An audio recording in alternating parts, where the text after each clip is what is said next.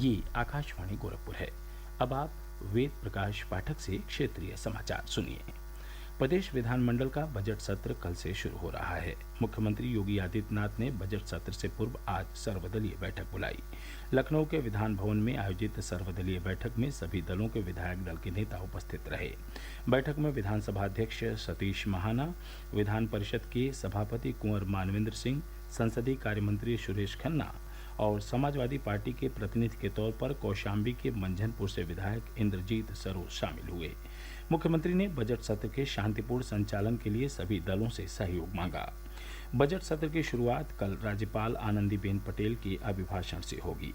24 और 25 मई को राज्यपाल के अभिभाषण पर आए धन्यवाद प्रस्ताव पर सदन में चर्चा की जाएगी। 26 मई को वित्त मंत्री सुरेश खन्ना सदन में बजट प्रस्तुत करेंगे। 27 मई को राज्यपाल के अभिभाषण पर चर्चा होगी, जबकि 28 और 29 मई को सदन में बजट पर साधारण चर्चा की जाएगी। 31 मई को बजट पारित कराने के साथ ही सत्र का समापन हो जाएगा।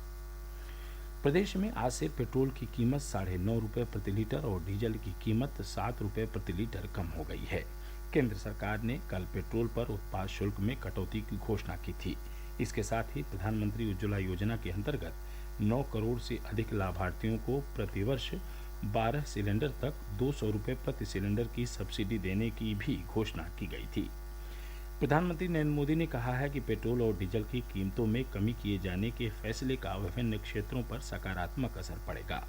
श्री मोदी ने एक ट्वीट में कहा कि इससे नागरिकों को राहत मिलेगी और उनका जीवन आसान होगा। मुख्यमंत्री योगी आदित्यनाथ ने केंद्र सरकार द्वारा पेट्रोल और डीजल के दामों में कटौती का स्वागत किया है। उन्होंने कहा कि इस फैसले से समाज के हर वर्ग को समान रूप से लाभ होगा। श्री योगी ने प्रधानमंत्री उज्ज्वला योजना के लाभार्थियों को साल में 12 सिलेंडर तक प्रति गैस सिलेंडर ₹200 की सब्सिडी देने के लिए प्रधानमंत्री नरेंद्र मोदी का आभार जताया। मुख्यमंत्री योगी आदित्यनाथ ने खनन कार्यों से संबंधित माइन मित्रा पोर्टल और मोबाइल ऐप का कल शुभारंभ किया। उन्होंने कहा कि इस पोर्टल पर खनन विभाग के विभिन्न सेवाएं उपलब्ध हैं। इस एकीकृत पोर्टल से खनन व्यवसायियों और खनन संबंधी कार्यों में आम लोगों को सुविधा होगी। श्री योगी ने कहा कि इससे खनन प्रक्रिया में पारदर्शिता आएगी और नए व्यवसायियों को बाजार में समान अवसर उपलब्ध होंगे। मुख्यमंत्री ने कहा कि खनन संबंधी आवेदन प्रक्रिया ऑनलाइन होने से इनका समयबद्ध ढंग से निस्तारण हो सकेगा और यह पूरी प्रणाली पारदर्शी हो जाएगी। उन्होंने कहा कि आम लोगों, किसानों, पट्टाधारकों, स्टॉकिस्ट, फुटकर विक्रेताओं, परिवहनकर्ताओं को खनन कार्य के लिए विभाग से विभिन्न अनुमति प्राप्त करने में माइन मित्रा पोर्टल उपयोगी सिद्ध होगा। उन्होंने कहा कि इससे ईंट भट्ठों के ऑनलाइन भुगतान में भी आसानी होगी। श्री योगी ने यह भी कहा कि ललितपुर में रॉक फॉस्फेट, सोनभद्र में लौह अयस्क और इन दोनों जिलों में पोटाश के खनन की प्रक्रिया शुरू हो रही है। उन्होंने कहा कि यह विंध्य और बुंदेलखंड क्षेत्र में बड़े निवेश और रोजगार का माध्यम बनेगा। इसके अलावा मुख्यमंत्री ने कहा कि बालू, मोरंग और गिट्टी जैसे उपखनिजों का जुड़ाव सीधे आम आदमी से होता है। ऐसे में यह सुनिश्चित किया जाए कि इनकी कीमतों में अनावश्यक बढ़ोतरी न हो। उन्होंने कहा कि इनका कृत्रिम अभाव पैदा कर कालाबाजारी करने वालों के खिलाफ कड़ी कानूनी कार्रवाई की जाए। सिद्धार्थनगर जिले में आज तड़के एक भीषण सड़क दुर्घटना में 8 लोगों की मृत्यु हो गई और 3 अन्य गंभीर रूप से घायल हो गए। दुर्घटना सिद्धार्थनगर बस्ती राष्ट्रीय राजमार्ग 28 पर जोगिया कोतवाली क्षेत्र में काला नमक ढाबे के पास उस समय हुई जब एक तेज रफ्तार कार सड़क पर खड़े ट्रक से टकरा गई। कार में 11 लोग सवार थे। ये लोग विवाह समारोह से लौट रहे थे। मृतक सिद्धार्थनगर जिले के शोहरतगढ़ थाना क्षेत्र के महला गांव के रहने वाले थे।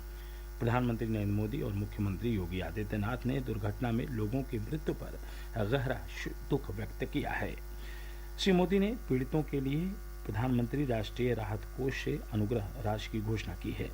उन्होंने मृतकों के परिवार को 2-2 लाख रुपए और घायलों को 50-50 हजार रुपए देने की घोषणा की है। मौसम विभाग ने कल राज्य के अधिकांश स्थानों पर वर्षा होने का अनुमान जताया है। पिछले 24 घंटों के दौरान कौशाम्बी, हमीरपुर, पीलीभीत, लखीमपुर खीरी और बदायूं सहित कई जिलों में धूल भरी आंधी चलने और बूंदाबांदी होने के समाचार हैं। ये समाचार बुलेटिन हमारे YouTube channel AIR news Gorakhpur और ट्विटर हैंडल AIR न्यूज़_GKP पर भी उपलब्ध है। इसके साथ ही क्षेत्रीय समाचारों का बुलेटिन समाप्त हुआ। नमस्कार।